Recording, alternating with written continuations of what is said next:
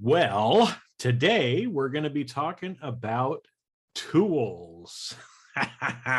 Tools. And just like Tim the Toolman Taylor from Home Improvement, he would be so proud of all the tools that we are going to incorporate today in our discussion. Because whether you realize it or not, there's a lot of tools that we need to be successful in life. And the problem is they aren't hammers and screwdrivers typically. They're other tools that you may not even know exist, but they're tools that you need. So that's why we're going to talk about them today on this episode. So with that, let's get going. Hi, I'm Jason Mefford, and you're in the right place to start transforming your career and life with this podcast. I've been in the trenches as an executive leader, and now I'm an executive coach and confidential advisor to executives all over the world. I use a multidisciplinary approach to improve learning that drives transformation by getting to the root cause in a practical, no-nonsense way. I love learning and sharing what makes people tick. You get both education and entertainment, since learning shouldn't be boring, right? But that's enough about me. This podcast is a combination of intuitive leadership, neural influence, and mental mastery to take your career and life to levels you've never thought possible. If you're wanting to improve yourself, develop stronger relationships professionally and personally, make quicker, better decisions, and become a more effective leader, then of course, this podcast is for you because you are going to learn how to manage emotions in yourself and others, avoid burnout, stress, and anxiety, master your mind, get people to listen and take action, and become a lifelong learner. And when you do that, you will have a positive mental attitude, executive leadership presence, and the skills to know exactly what to say and do in any situation. I'm glad you're here. So, let's get started. All right. Well, as I said to begin with, today we're going to talk a little bit about tools. Okay, so a little bit about me. My father actually was a general contractor. And so, when I was about 8 years old, it was late 70s. We had, a crisis here in the United States when it came to building. And so my mother actually had to go back to work. So when I was little, started about eight years old, my father used to take me to work with him during any time that we had, Christmas break, school breaks, over the summer. Myself, and my little brother used to go with my dad to work. And so from a very early age, I hung out on construction sites. And as a result of that, I learned how to build houses and can pretty much build anything I want to now. Thank you, Dad, for all of that, for that learning. But as part of it, I learned an appreciation of the tools and what the different tools actually did, and which ones were good for certain things and which ones weren't so good for those things. So today I want to get in and talk a little bit more about this because, as I said, there may be some tools that you're not even aware exist that are exactly the tools you need at whatever challenges you may be dealing with right now. Now, to start with, kind of the genesis of this particular episode was an experience that I had here. It was about a month or so ago. So my wife ends up going to a doctor's appointment. So, she takes her car, drives over to the doctor, parks in the parking garage, goes into her appointment, and then comes out and tries to start the car, and it just is flashing lights and has this weird sound. So, she's obviously a little disturbed that the car won't start. And so here I am, working at home, and I get a frantic phone call from my wife, and says, the car is making a really weird noise and it's not starting. So I said, okay, well, try starting it now. Let me hear what it's doing, so I could try to figure out what it was. So she put me on speaker, and she went to try to start the car. The brake pedal wouldn't really push down. When she pushed the button to try to start the car, there were just a bunch of flashing lights on the dash, and it kind of went kind of thing, wouldn't turn over. So, knowing enough about cars and having enough cars over my life, I pretty much knew on the phone it was probably a dead battery. Now, knowing that she was parking in a parking garage, I knew that I probably wasn't going to, in knowing again that the battery was probably on its last leg. It had been 3 years or 4 years since we'd replaced the battery, that's probably what the issue was. So, in my mind, here I am trying to think about what are the different tools I'm going to need if this is a dead battery. So I get in the car, I grab my tool bag, grab the jumper cables as well, get in the car, drive over to the doctor's office. And when I get there, I look at it, sure enough, looks like a dead battery. Now, where she had parked the car, in the garage, it was up next to the edge, and there were cars parked on either side, so we couldn't get in there to be able to jump the car. So I knew, it's probably just time for us to go down to the store, buy a new battery. So we leave, we go down, we get the battery, we come back to the parking garage. I pull out my tool bag, which I had, and took it up to start doing the work on the car to replace the battery.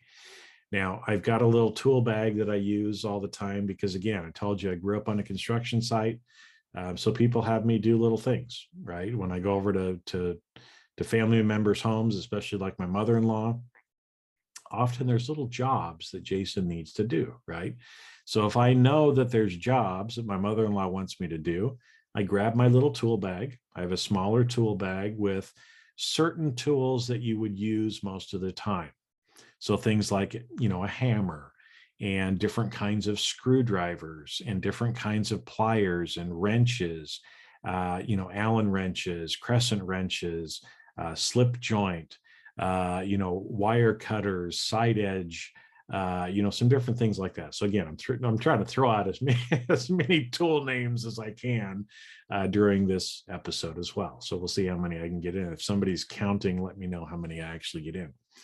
So I pull out my normal tool bag that I carry around. I get there, and I have no problem. It was a little bit clunky, but I could use one of the wrenches to take off the battery posts that were connected with the battery. But then there's a bracket that went over the top of the battery, and so the one nut I was able to take off pretty easily. But the way that the bracket was worked, the one bolt was kind of recessed down to where I couldn't easily get to it with one of the regular wrenches that I normally carry in my bag. So I tried for a little while. It wasn't working. I knew it wasn't going to work. I still tried a little bit more. Okay, does this sound familiar for other things you might be doing in your life? and realized that, look, I'm going to have to run back home and get my socket set, which is a specific type of tool that would allow me to be able to get down inside kind of where I needed to go to be able to undo the last bolt. So my tool bag wasn't enough. I had to go home, dig through the garage for my socket set, because again, socket set is not something that I normally would use because it's not a normal tool, but it is a tool that is very helpful in specific applications. Okay. And that's the way it is a lot of times with tools, right? Certain tools are better at doing certain jobs. So I get back, got my socket set, sure enough, very quickly was able to take out the last bolt, end up replacing it, and, started the car. My wife was okay. We both came back home. And, as I thought about that again, how true is this in our life anyway, right? Where There's certain tools that we tend to use a lot of the time. And there's other tools that maybe we don't use that often, or maybe we only need in one particular instance. And so we have to go out and buy it, right, to be able to do the job that we need to do. Without that socket set, I wouldn't have been able to get that battery changed and get the arm off of the battery. So um, as I'm thinking about it, and the thing, as I mentioned to you a little bit before, is a lot of the tools that we need in our life are not necessarily the things like hammers and screwdrivers and socket sets, but there's other tools, some things like emotional, mental, and even spiritual tools that we need to be able to help us get by.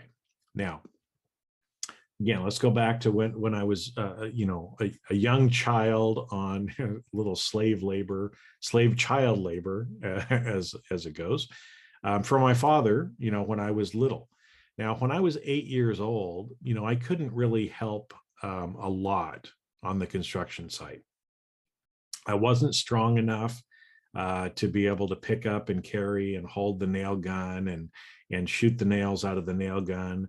I wasn't strong enough to be able to lift up the walls or be able to carry a lot of things. And so my dad found, ways for me to be able to help out. And one of those was, when he and my brother were working, to have me go and get tools that they needed. So if you're familiar with construction, usually, you wear a tool belt, because there are certain tools that when you are doing construction, and in this instance, we were doing a lot of framing. So framing construction, we're building the walls, putting on the siding, building the floor and the roof and things like that on a house. There's certain tools that you would normally have in your tool bag because they're things you use all the time. So things like a hammer, a utility knife, a pencil, what's called a square, because we'd have to draw straight lines to be able to cut wood. A chalk line is another one of the tools that we usually have with us. Usually some pliers, or what we called side cuts. They were kind of wire cutter things that we could use for a lot of different things to help pull out nails and do other things like that. Something like a nail punch, especially if you're using or doing finish work, to be able to reset or recess the nails a little bit when you're doing finish work in a home.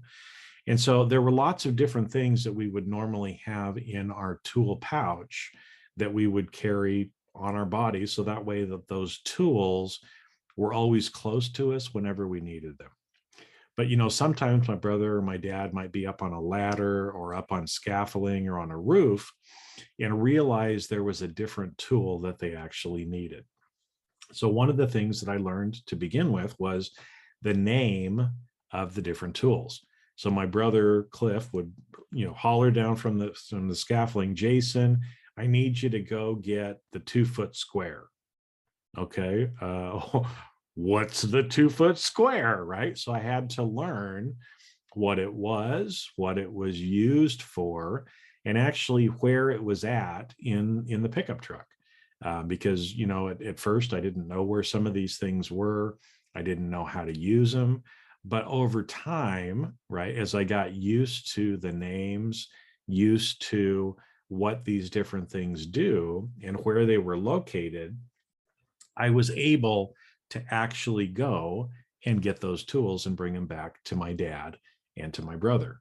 Now, again, as I got older and older, I could do more and more things. They would teach me how to use these tools and know which tools were the best ones to use in different situations. And so over time, I mean, that came through practice and actually using the tools. And it's that way with any tool in our life, right? You can't just go buy a tool, never use it, and expect to get the benefit from it. So again, I know we've been talking about a lot of different tools, but what we're really talking about are some of the tools of the trade that you might need as well. Okay. And as I told you before, there's some things that are emotional, maybe mental, even spiritual tools for you to be able to help you navigate through life. And so I'm just going to go through, and I've talked about a lot of different tools that we might use on the job site. And maybe I'll share one more story before I get into that, because it's another important concept, which is, I don't know if you've ever heard the term that everything looks like a nail to a hammer. Everything looks like a nail to a hammer. In fact, you might have heard me say that before. That it's a colloquialism that really means, hey, if I'm a hammer, or if I have a hammer, I'm going to try to do everything I can with that hammer, because that happens to be what I have, right? And so one of the guys that used to work for my dad, he was the person that would do what's called finish concrete work. So driveways, sidewalks, things like that. He would be the one that would pour the concrete in, and then he would use trowels to be able to make it smooth and nice and put all the joints and everything in it. And so, for Don, as the contractor, or as the concrete guy, he had certain tools like the trowels and different things that he would use, shovels and things like that. But from what we would normally have in our tool belt, he didn't have very much. He had a hammer and he had nails, right? And that was about it, because he had to make forms, right, to be able to make sure that the concrete stays within the wooden area that he wants it to stay in. And I remember Don telling me when I was a little kid, because we always used to laugh with him, okay, because we loved Don. But my dad always, one of the jokes that he always used to say was, Don could cut circles with a circular saw. So if you know what a circular saw is, skill saw, it's not intended to cut curvy lines. It's intended to cut straight lines, but Don would always make his lines really curvy. I don't know how he quite did it with it. But anyway, I remember him telling me, it was funny because as he was, especially when I was young, I used to sit and watch some of the other tradespeople on the job site and watch what they do. And I used to love watching Don, because the artistry of how you do the concrete just was fascinating. It's still fascinating to me. And I remember watching him one time putting together some forms, and so he was reaching into his pouch and he was pulling out nails and nailing them in with his hammer, and he ended up pulling out a screw. And he looked at it, and he and he reached over and he put it on the wood and he pounded in the screw with his hammer. And then he looked at me and he said, screws are meant to be put in with hammers and taken out with screwdrivers. Always thought that was funny. Again, for those of you that are familiar with construction, you'll get a kick out of that as well. But, to Don, like I said, even something like a screw, he would just use a hammer to put in. And, how many times in life do we try to just use the tool that we currently have, and it may not be the best tool, but we're just like Don, we're trying to pound that screw in with a hammer. And believe me, it takes a lot more power to try to get a screw to go through wood with a hammer than it does with a screwdriver or with a drill. Okay. And so, but how much of the time in life are we actually, either not effective, like I wasn't effective in using my crescent wrench to be able to take off that screw, that bolt on the car. I needed a socket set in order to get it done. Or like Don, trying to pound those screws in with the hammer instead of actually using a screwdriver. So how much of the time do we do that? And it's exhausting for us. It usually adds more stress to our life. And the reason is that we don't have the other tool, or we don't know how to use the other tool. Okay.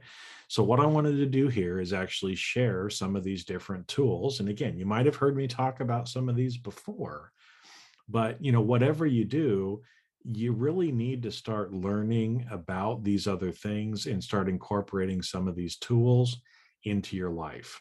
Now, whether you learn them from me here on the podcast, or in any of the courses or programs that I run where I actually show people how to use these and bring them into their life, it doesn't matter, but decide that you're going to get some of these tools. So let me talk about some of them. One that would kind of be an emotional tool is around breathing. Okay. Something as simple as breathing, it's something you do every single day. You're doing it right now, or you'd be passed out on the ground, right? But it's something that it is so unconscious that we end up doing, and we don't realize there are actually ways to breathe that act as tools that can help us in our life.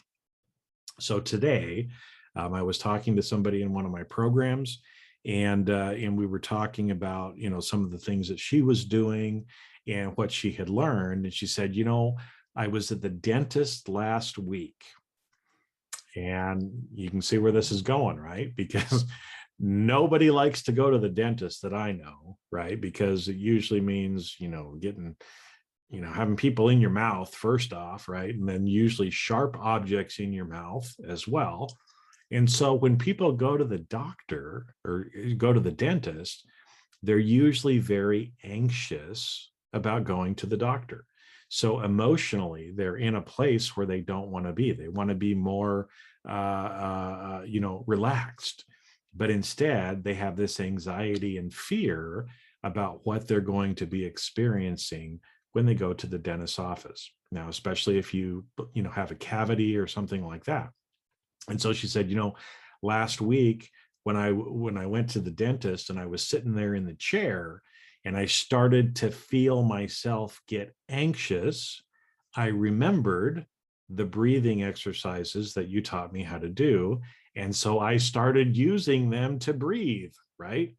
Because she could see herself getting anxious and knew that one of the emotional tools, if you want to call it, is learning how to breathe in a different way to help you go from being anxious to being relaxed. Okay.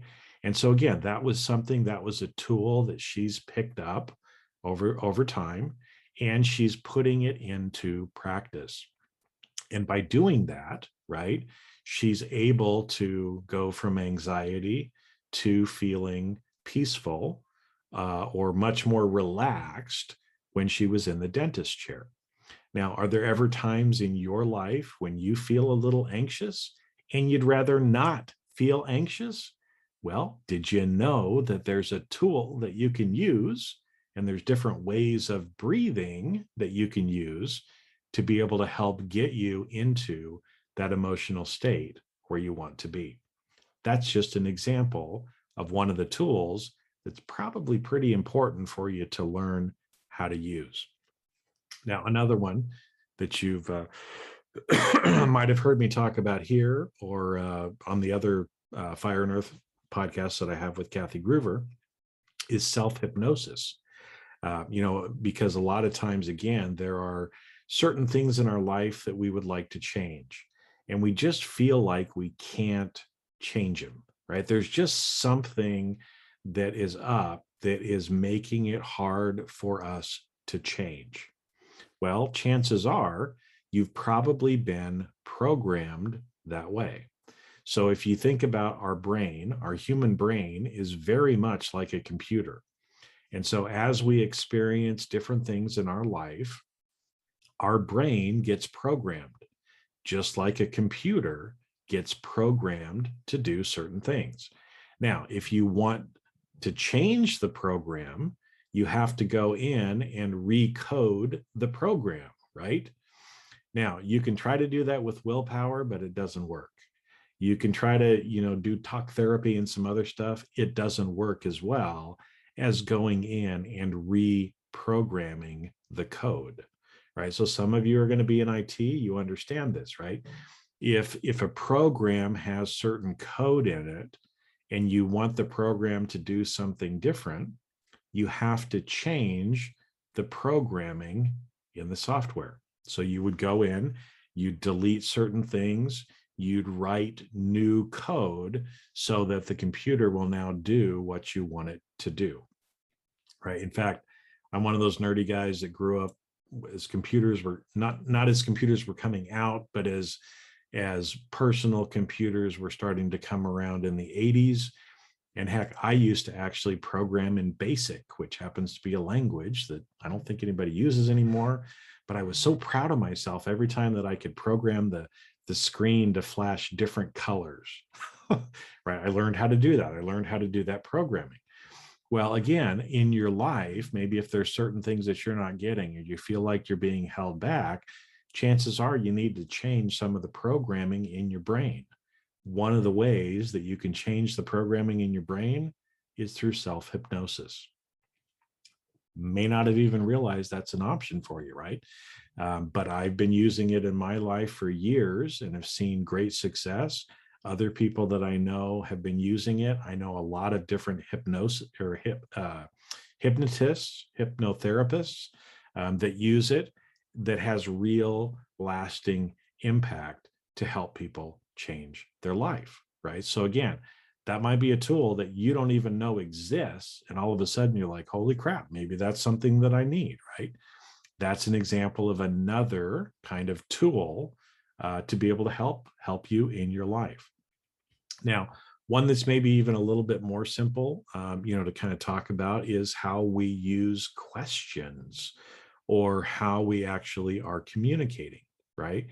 And this is something, again, that I share with people on how to actually use certain questions to be able to get people to change their own mind instead of you trying to convince someone else.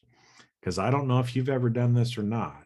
If you've gotten into, call it an argument or a heated exchange with someone, and you're just trying to convince them to maybe see the world a different way or to understand your perspective.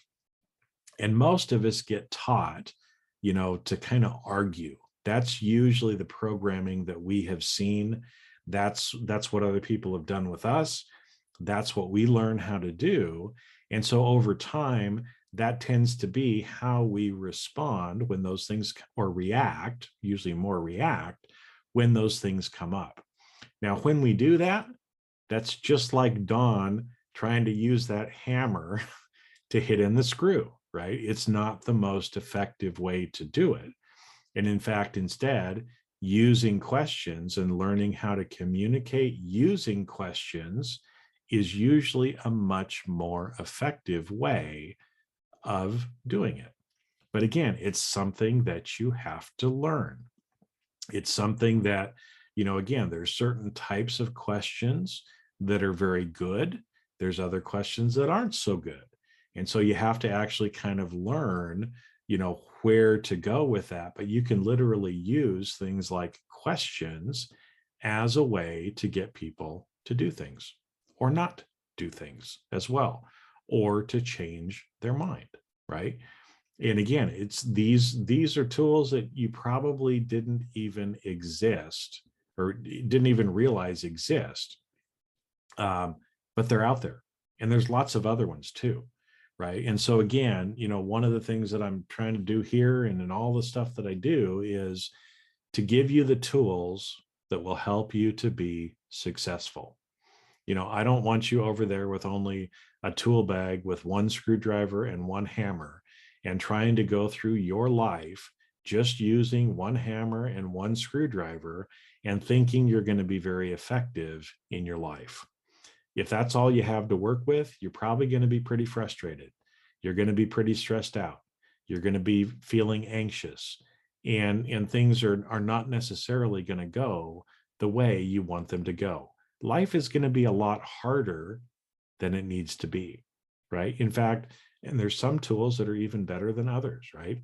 I still have manual screwdrivers, but I'll tell you, if I'm trying to screw a 3-inch screw into wood, it's much more effective to use a power drill or a power driver to be able to put that screw into the wood than it is for me to be sitting over there with my hand, trying to twist my hand as I'm going through to put that screw into the wall.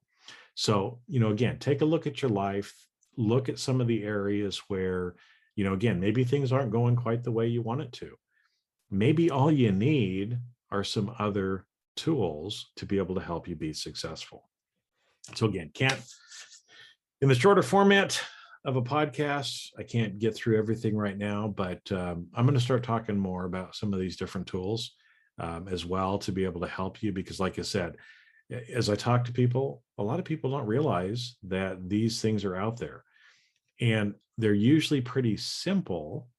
They're not necessarily easy, okay? Because again, the only way that, we learn how to actually become proficient at using a tool is to actually practice it and use it over and over again, right? I wouldn't be able to play the guitar sitting behind me if I just bought it and set it there and never actually picked it up and played to try to make music as well, right? So, all right. So with that, again, as I told you at the beginning, Tim, the tool man Taylor, would be proud. I don't know how many tools I referred to, but if you go back and listen to it again and count them all and let me know, I'll send you something.